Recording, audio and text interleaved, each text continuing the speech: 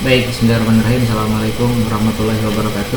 Pada kesempatan ini saya akan mencoba untuk menjelaskan salah satu cara bagaimana untuk menganalisis jalur menggunakan Listral. Ya, banyak cara untuk menganalisis jalur menggunakan Listral. Nah, ini saya akan membuat cara yang relatif mudah gitu ya. Nah, misalkan begini, ini dicontohkan terdapat 4 variabel dalam penelitian. Ini pernah kita diskusikan sebenarnya di beberapa kesempatan yang lalu. Misalkan ini ya, rata-rata nilai akhir tamat sekolah menengah atas, rata-rata nilai akhir tamat kuliah S1 atau kita singkat PKS, tes potensi akademik masuk magister, misalkan TPAM, dan rata-rata nilai akhir tamat kuliah magister. Nah, dari keempat variabel ini, misalkan kita sudah menelaah secara teoritis gitu ya, sehingga muncul suatu kerangka konseptual seperti ini. Nah, ternyata bahwa TSMA ini mempengaruhi TKS, TKS itu mempengaruhi TPAM dan TKM. Nah, TPAM mempengaruhi TKM. Nah, ini masuk kategori kalau kita ingin analisis berarti menggunakan analisis jalur. Nah, datanya misalkan kita sudah dapatkan. Nah, datanya ini, datanya ada 4 variabel tadi, kemudian ada sekitar 200 ada 200 responden lah pada di data yang ini. Nah, setelah kita menginstal software Listral, nah misalkan Listralnya itu adalah versi 10.20 ya. Di sini Listral yang saya miliki adalah Listral 10.20. Nah, pertama-tama kita caranya harus kita import data terlebih dahulu. File, import data. Nah, kemudian kita periksa. Nah, ternyata di 1020 ini hanya ada 4 tipe data.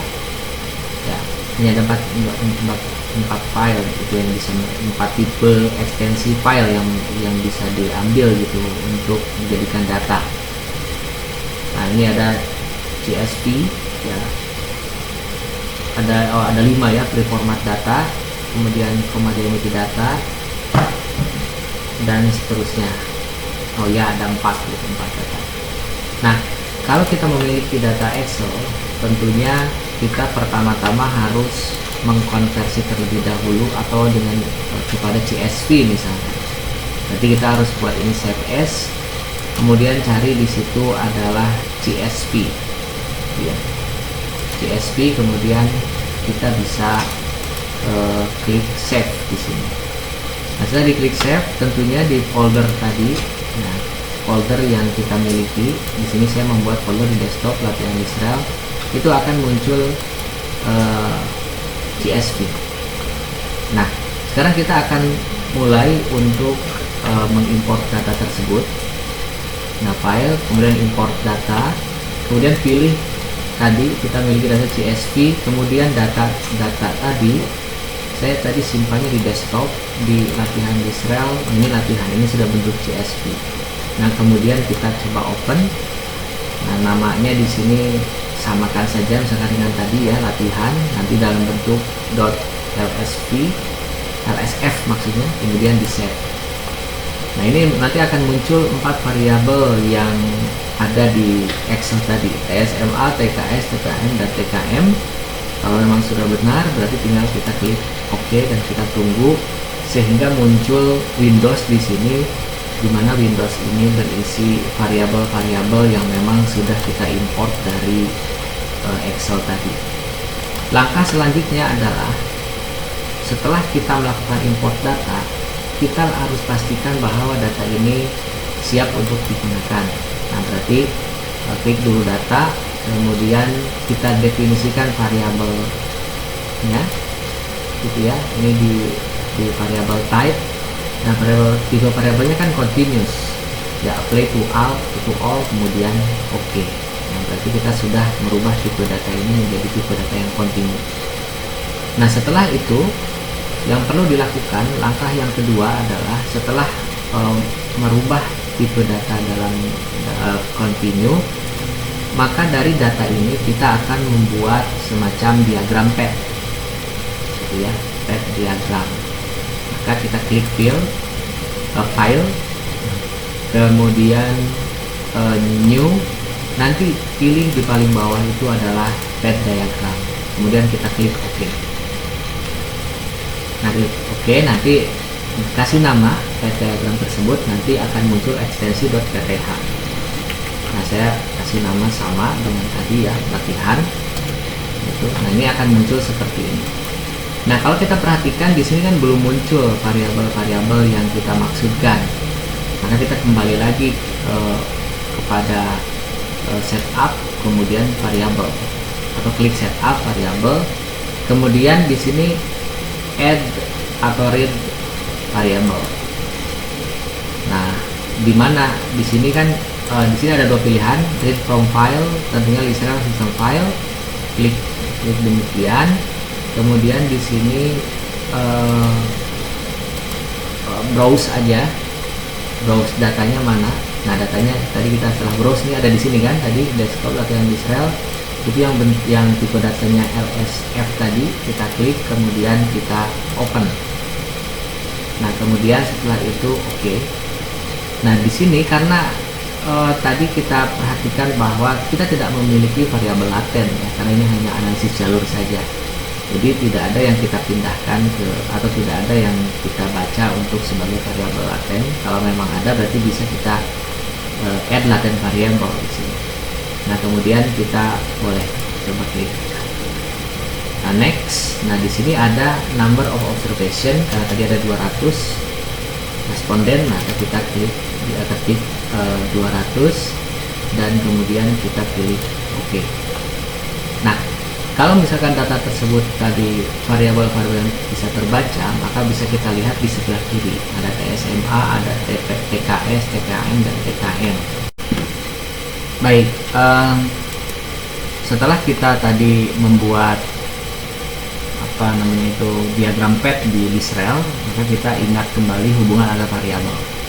Di sini TSMA merupakan variabel eksogen, sedangkan TKS, TPAM, dan TKM adalah variabel endogen.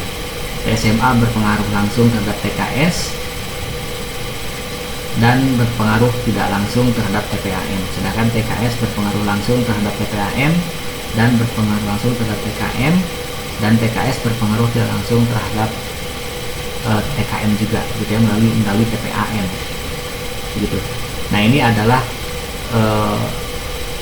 hubungan antar variabel yang kita bangun. Artinya, sekali lagi, TSMA itu adalah variabel eksogen, sedangkan TKS, TPAM, dan TKM adalah variabel endogen. Nah, di Israel yang kita identifikasi sebagai variabel endogen harus kita berikan tanda centang. Nah, kemudian kita seret semua variabel ke dalam jendela yang telah disediakan. Satu, yaitu untuk TSMA, kemudian untuk TKS, untuk TPAM, dan juga untuk TKM. Nah, kemudian kita hubungkan variabel tersebut dengan menggunakan tanda panah di atau one way cap gitu ya, di sebelah kanan, di mana TSMA berpengaruh terhadap TKS, kemudian TKS berpengaruh terhadap TPAM, TKS juga berpengaruh terhadap TKM, dan TPAM berpengaruh terhadap TKM. Nah, sudah kita bangun diagramnya seperti ini. Kemudian selanjutnya adalah kita harus kira-kira output apa yang akan kita inginkan dari diagram path ini. Maka kita klik menu output, kemudian ada listener output, nanti ada estimation, klik itu. Nah, di sini ada beberapa pilihan. Nah, kita lanjutkan terlebih dahulu, next. Nah, kita akan pilih mana yang akan kita print sebagai output. Misalkan yang akan kita pilih untuk kepentingan analisis itu adalah total effect dan indirect effects-nya terlebih dahulu, dan juga standardized solution. Nah, selanjutnya kita bisa klik OK. Nah, setelah kita memastikan apa yang akan dikeluarkan atau di output yang akan dibaca, langkah selanjutnya adalah kita akan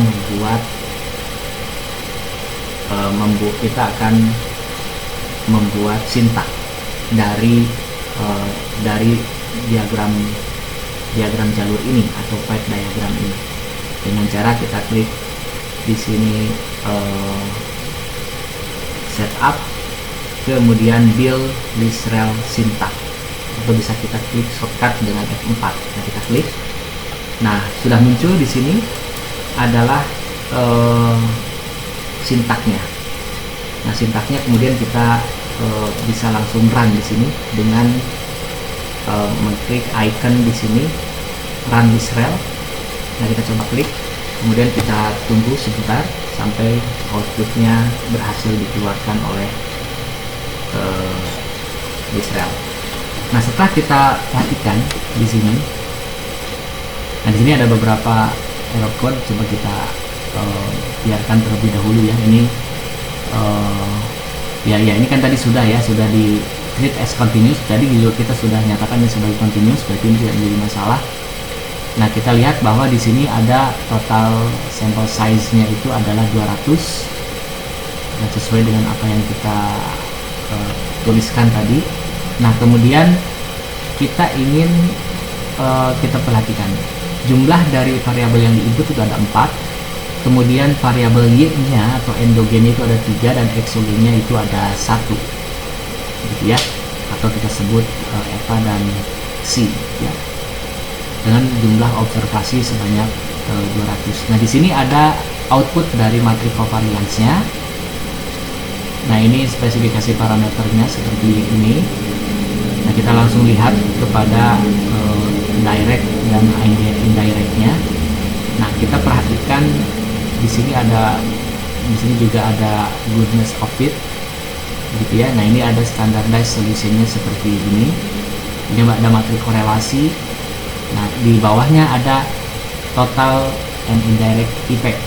Nah, coba perhatikan di sini. Ini total effect-nya ini indirect effect-nya ini. Nah, berarti dengan demikian maka output dari Lizrel tersebut sudah kita dapatkan, tinggal kita lakukan interpretasi. Nah, sebelumnya kita sudah melakukan analisis jalur ini menggunakan software yang lain, yaitu Amos. Maka silakan untuk dibandingkan hasil dari output dari Lizrel ini dengan Amos. Kemudian untuk bagian selanjutnya mungkin kita akan membahas bagaimana cara untuk menginterpretasikannya.